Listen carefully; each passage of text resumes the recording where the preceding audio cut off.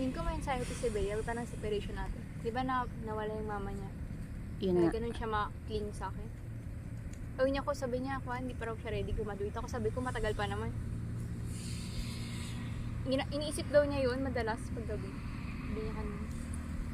Huwag siyang mag-overthink kasi mas Sabi ko, ate, hindi niya matutulungan yung sarili niya pag ganun. Sabi ko, ate, babalik naman ako sa RIS. Hindi naman totally, makakawala dyan. Diyos ko. Hanggat buhay tayo. Si ate ko, 30, bumabalik pa kay Mambindot. Diba? Mabubulabog sa floor. Kayo pa kaya? Kayo pa ni Dwayne? Diyos ko. Ewan ko na lang.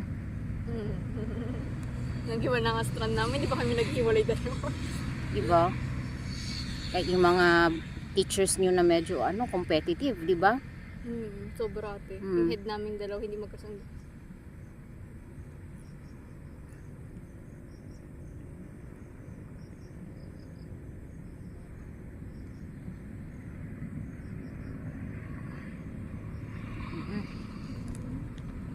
Parang bis kumubog.